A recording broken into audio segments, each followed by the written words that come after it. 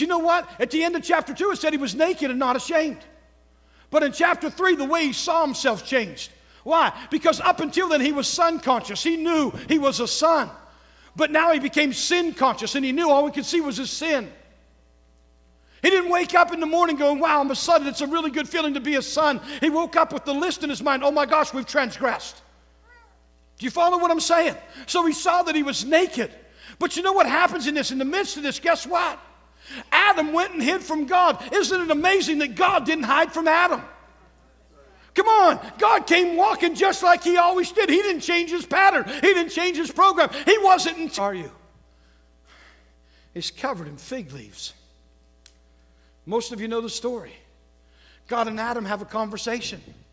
Adam, what'd you do? How many know what happens?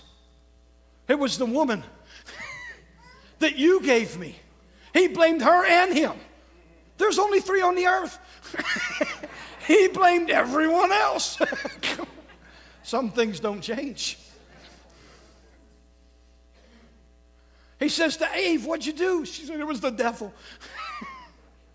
So we have all the judgments that come down there then, right? And then at the end of it all, do you know what's really interesting? The end of it gets really cool. Look at verse 20. And Adam called his wife's name Eve, because she was the mother of all living. Isn't that cool? Like everything that's alive is coming out of her now. But because of the sin that was in them, everything's coming onto that. Sin's coming onto everything that's going to come out of her. And she's the mother of all living. But the next verse really struck me. And the Lord God, catch this. Put verse 21 up there. It's powerful. Watch this. I want you to see what it says. Because it says, and the Lord God did make coats of skins for Adam and Eve, right? And to Adam also and his wife did the Lord God make coats of skins, and he clothed them. I love this because here's the reality. What did they do before this? They put fig leaves on, right?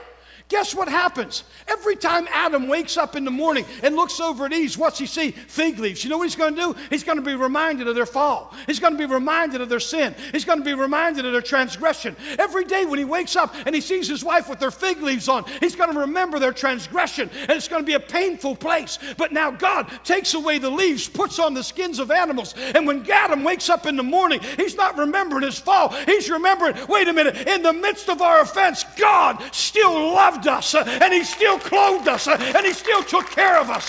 Come on, because there's a place where even in the midst of the offense, God didn't stop loving them. Somebody offends us, and all of a sudden, what do? We feel like we have the right to withhold love from them. But God didn't withhold his love from us. But while we were yet sinners, Christ died, the just for the unjust, the righteous for the unrighteous. He didn't withhold his love from us. So why do we think we have the right to withhold love from anybody?